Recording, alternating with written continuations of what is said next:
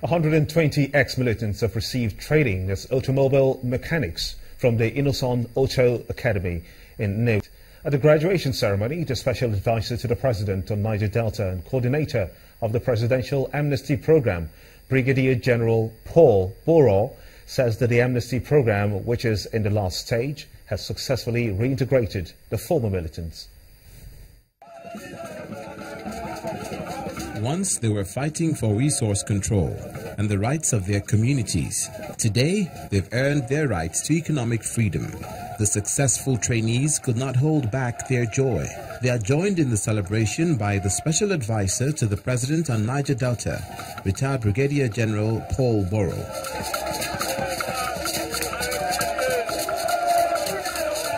120 of them have undergone training in an automobile assemblage from the Innocent Automobile Factory in Anambra State, and the state government is glad. We believe that by the time they finish, there will be people who are able to do some work on the body of vehicles, assemble them, understand how they operate, repair engines, do work on air conditioning and all whatnot.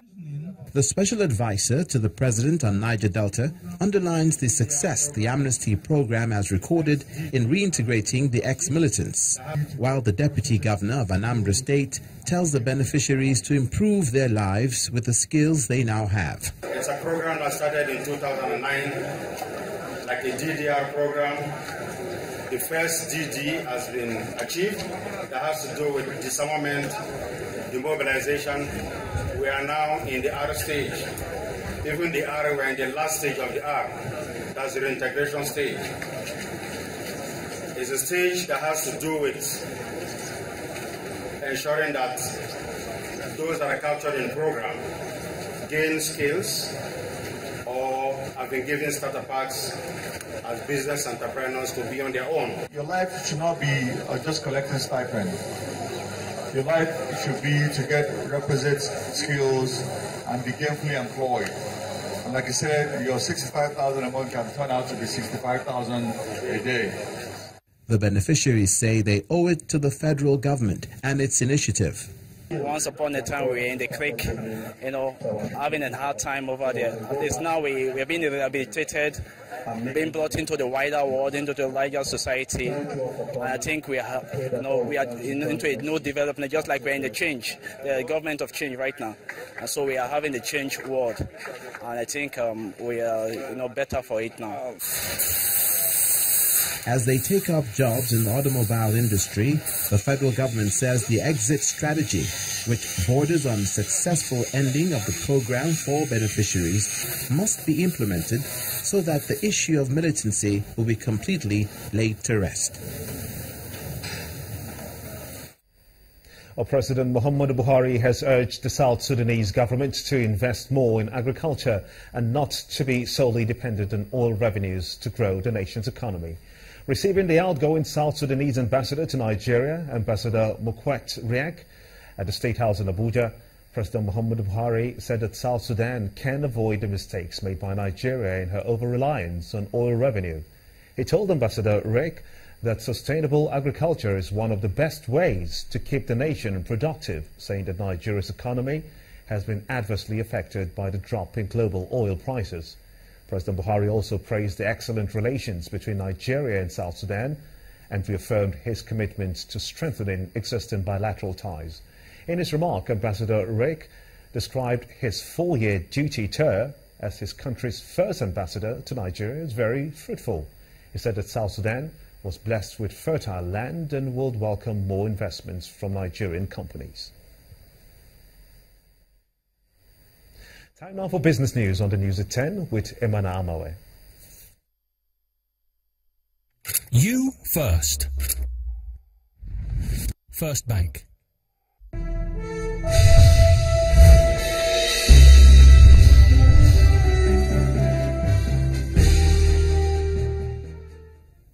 Good evening and welcome to Business News.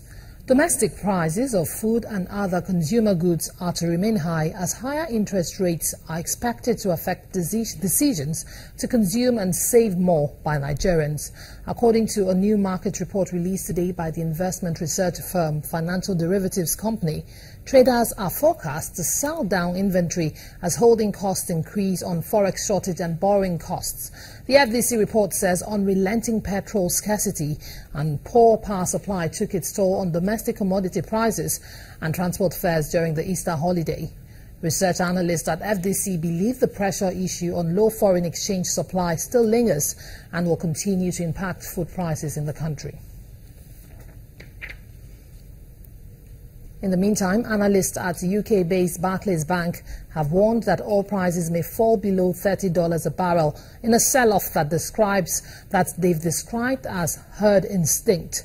The investment note released today says commodities including oil and copper may tumble as investors rush for the exits. The Barclays Bank analysts believe the risks this poses for raw materials is that investors will seek to liquidate bets on gains quickly, leading to a plunge in prices. The analyst note warns that recent advances in oil and other commodity prices are not fully grounded in improved fundamentals. Oil and copper prices have recovered from multi-year lows seen in January and February, and Barclays Bank estimates net inflows into commodity products totaled more than $20 billion in the last 2 months. Frontline lender to SMEs Fidelity Bank is collaborating with the Nigeria Export Promotion Council and the Lagos Business School to build capacity in export management. The initiative targets experienced exporters and freshers. Details of the partnership was explained today at a briefing with journalists in Lagos. If the task of economic diversification is the responsibility of both the private and public sectors, then this meeting is apt. Executives from Fidelity Bank, Nigeria Export Promotion Council, and Lagos Business School are here to explain the establishment of an Export Leadership Institute to journalists. Managing Director of Fidelity Bank, Mr. Nnamdi Okonkwo, spells out details of the deal. What is this program going to be doing? They are going to teach people those nitty-gritties you need to know about export business. They are going to teach exporters how to prepare yourselves and make yourselves marketable. They are going to give them the knowledge, the necessary knowledge for access to finance. Then the NEPC, on the other hand, would then provide them the opportunities, the windows that exist out there. The Export Management Program aims to scale up productivity capacity for fresh and existing exporters, while the NAPC and the Lagos Business School will provide the technical and intellectual support. We do our Zero to Export program to train exporters, but again, we lack the capacity to do this training properly. So a partnership with Lagos Business School, anchored and financed with by Fidelity, we're able to train exporters and develop them. By providing the capacity for those who are getting into the export business to know exactly the loopholes, know exactly the processes and procedures. So once they get in there, they are probably not going to have any difficulties, or even if they do, they should be in the position to try to tackle them and then sort them out. While training is delivered, candidates are free to leverage the funding potential of Fidelity Bank. In this program, we have one for existing exporters who have learned the ropes, but who also just need to improve their capacity. Now, those ones will have a different kind of finance. Now, for the starters as well, we will have a different kind of finance. The Nigerian customs is all about imports, but now that we need to be more export friendly, and so we can export more goods out of Nigeria. Nigeria records an import bill of over $50 billion annually. The Zero Oil-based export management program aims to reverse this trend. Equities at the Nigerian Stock Exchange opened the business week on a negative note. The all-share index shed 240 basis points. BC Adebayo has details.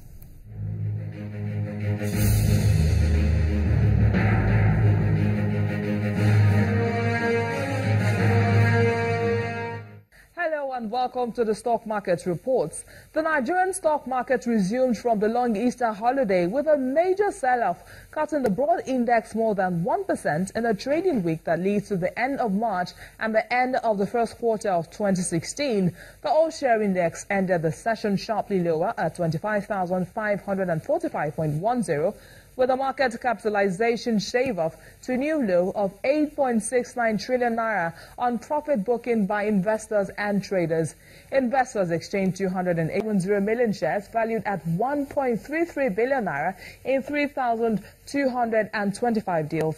Shares of commercial banks dominated the trading day as seen on FCMB, GT Bank and the UBA Group. On the losers table were heavyweights like Nigerian Breweries with 5.87%, Access Bank with 4.78% and Lafarge Africa with 3.95%. On the other hand, the shares of petroleum retailer Total was up 6.49%, while PZ Cussons and Fidelity Bank increased by 1.11% and 0.73% each. That ends the stock market reports. I am BC Adebayo.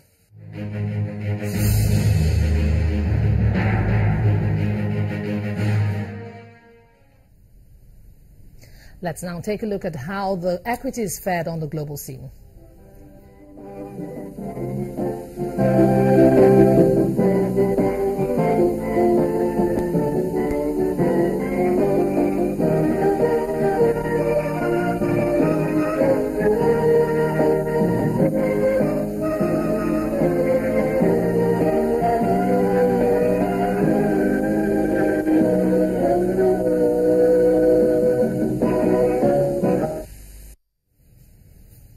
And that's a package on business news tonight. Many thanks for watching. The rest of the broadcast continues.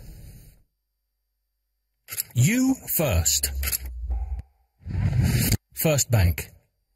The wife of the Anambra State Governor, Mrs. Ebele Obiano, has distributed items to 70 widows who have completed their training in soap making and confectionaries. The beneficiaries are members of the second batch of the Caring Family Enhancement Initiative. Mrs. Obiano wants the women to display their entrepreneurial skills and transform themselves into employers of labor. The Governor's Lodge looks set for the day's event, with 70 uniformed graduates of the second batch who received vocational training under the Caring Family Enhancement Initiative, CAFE, the pet project of the wife of the Anambra State Governor, Mrs. Ebele Obiano.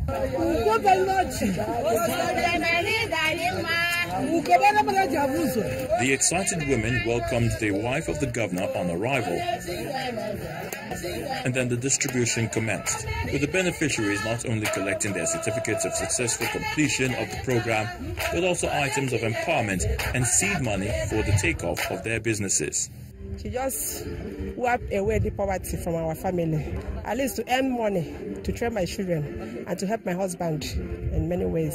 I will learn how to practice all things that they taught me there.